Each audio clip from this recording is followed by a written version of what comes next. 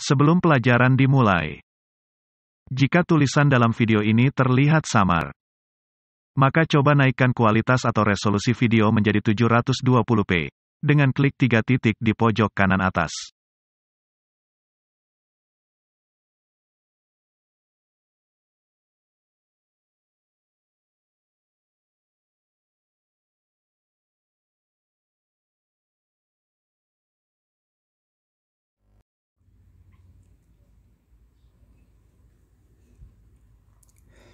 Bismillah, alhamdulillahi wahdah, wassalatu wassalamu ala man la nabiyya ba'dah, wa ala alihi wa sahbihi wa man walah ila yaumil qiyamah.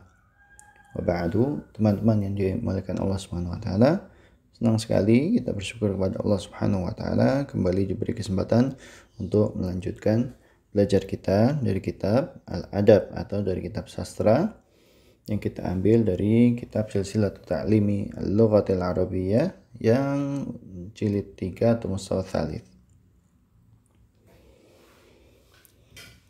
Baik, pada kesempatan sebelumnya sudah dijelaskan tentang masalah fase-fase atau masa-masa sastra, di mana periode sastra itu dimulai dari periode jahiliyah, kemudian masa keislaman, masa Bani Umawi, kemudian masa Bani Abbasi, dan seterusnya.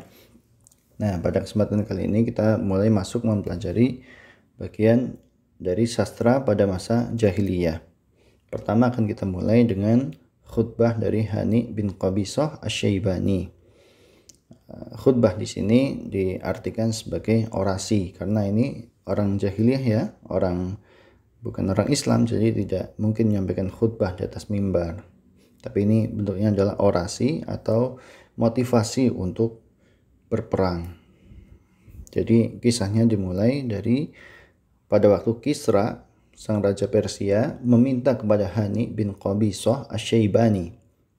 Ini Hani bin Qabisah Asy-Syaibani ini salah seorang raja atau pemimpin ya di suku Bakr.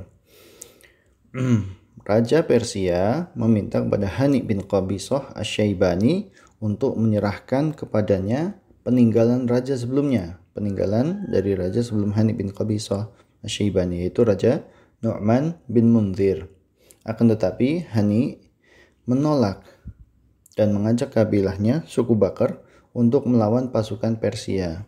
Maka Hani pun berorasi membakar semangat jihad sukunya dengan beberapa kalimat yang menjadi sebab kaumnya menang melawan pasukan Persia, yang padahal pasukan Persia itu merupakan pasukan dari negara adidaya di masa itu. Kalau zaman sekarang ya mungkin seperti Rusia atau seperti Amerika Serikat gitu. Jadi dulu negara itu hanya ada negara timur dan negara barat. Negara timur itu Persia, kemudian negara barat itu Romawi. Cuma itu saja. Yang lain tuh negara-negara yang enggak dianggap, tapi yang paling dianggap itu Persia dan Romawi. Nah, berarti kaumnya atau sukunya Hani bin Qabisah Asy-Syaibani ini akan melawan satu pasukan dari negara terbesar yang ada di masa itu, yaitu negara Persia. Sekarang menjadi negara Iran. Bagaimana bunyi orasinya? Bunyi orasinya ini sudah pernah kita sebutkan waktu kita mempelajari tentang sajak. Kalau teman-teman ingat bahwasanya ilmu balaghah ada ilmu ma'ani, ilmu bayan, dan ilmu badi. Nah, di bagian ilmu badi itu kita mempelajari tentang sajak. Di sajak itu kita sebutkan contoh ini, ucapan Hani bin Qabisah Asy-Syaibani. Bunyinya adalah, ya ma'syara Bakrin, halikun ma'dzurun khairun min najin farur, innal hadara la yunji minal qadar, wa inna sabra min asbabid dhafar, al-maniyatu walad daniyah, istiqbalul mauti khairun min istidbarih, wat-ta'nu fi thugarin nuhuri akramu minhu fil a'jazi wad-duhur.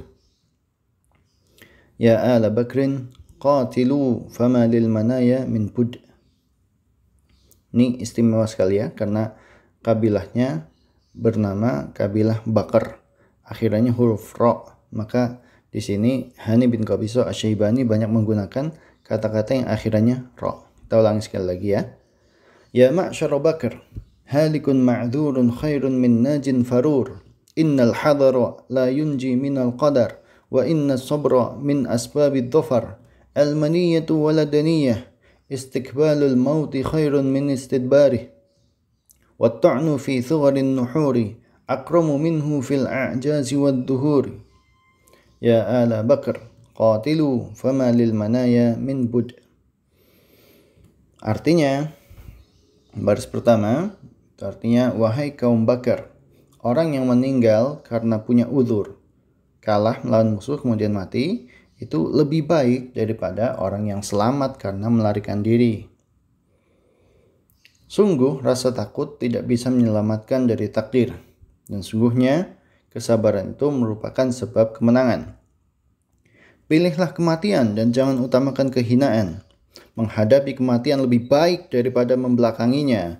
Luka yang ada di kerongkongan lebih baik daripada luka yang ada di punggung.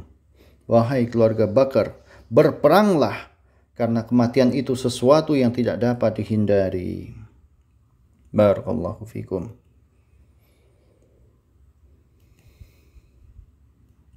Ya, di sini ada gagasan utama pada orasi ini.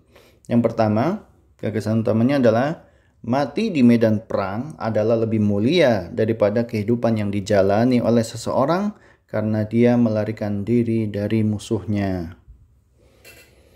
Ya, ini juga mungkin kita bisa kaitkan dengan orang belajar ya. Kadang orang belajar bahasa Arab itu kadang kalau di kelas tuh diem, nggak mau ikut nanya, nggak mau ikut jawab gitu. Baru mau ngomong kalau udah ditunjuk. Ini merupakan satu kekeliruan ya. Kadang dia takut dirinya kelihatan menjawab dengan salah atau menanyakan sesuatu yang nggak terlalu penting gitu. Pengen kelihatan sempurna tapi dengan cara menutupi diri, bukan dengan cara meningkatkan kualitas. Ini seperti orang yang selamat atau berhasil hidup karena melarikan diri dari medan pertempuran. Harusnya orang yang bertanya lalu pertanyaannya kurang bagus atau menjawab tapi jawabannya salah, itu lebih mulia daripada seorang pelajar yang di kelas hanya diam saja, merasa dirinya istimewa padahal nggak pernah melakukan apa-apa. 2. Semangat dan rasa takut seseorang tidak bisa menyelamatkan dirinya dari apa yang ditakdirkan oleh Allah. Jadi ketika kita takut-takut menjawab pun ya nggak bikin kita itu selamat dari ketentuan Allah. Kalau udah waktunya kita untuk kelihatan kita kurang pintar, ya akan kelihatan aja meskipun kita berusaha menutup-nutupinya. Maka lebih baik semangat, lebih baik bertanya, lebih baik mencoba menjawab gitu, daripada ya belajar hanya sekedar menjadi penonton atau pendengar. Harusnya belajar itu ikut aktif, memberi pertanyaan atau menjawab pertanyaan gitu.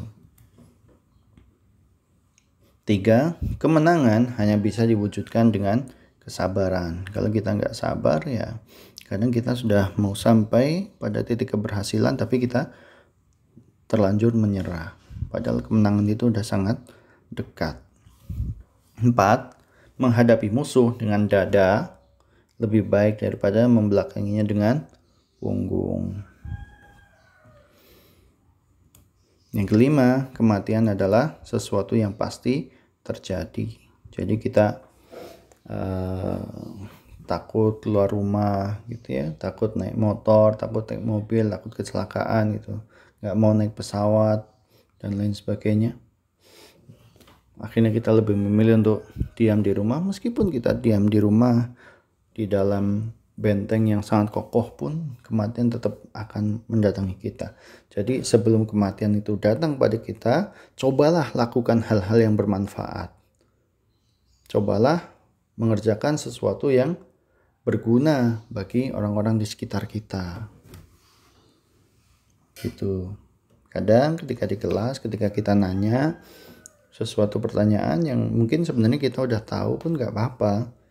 kita udah tahu jawabannya, tapi kita tanyakan kepada guru kita supaya teman-teman yang lain juga tahu apa yang kita ketahui itu bagus. Kadang juga menjawab pertanyaan yang kita belum tahu jawabannya gitu ya, jawab aja dulu, meskipun kita nggak yakin jawaban kita tuh benar apa enggak gitu, ya jawab aja, daripada sekelas semuanya diam, nggak ada yang mau jawab pertanyaan ustadznya hanya karena semuanya takut kelihatan berbuat salah gitu. Jawab aja meskipun salah, nanti dibetulkan sama ustadznya gitu kan. Karena namanya kesalahan tuh pasti terjadi pada manusia. Apalagi kita adalah keturunan Nabi Adam yang dibilang sama Rasulullah, setiap keturunan Nabi Adam itu pasti akan banyak melakukan kesalahan. Gitu. Ya, kemudian sisi sastra pada orasi ini. Pertama, sisi sastranya adalah dia menggunakan ijaz, itnab, dan musawah.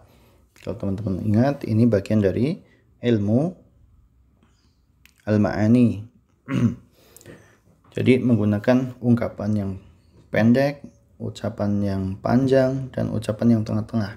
Inti dari orasi ini kan berperanglah dan jangan takut mati. Tapi cara mengungkapkannya kan banyak ya. Ada yang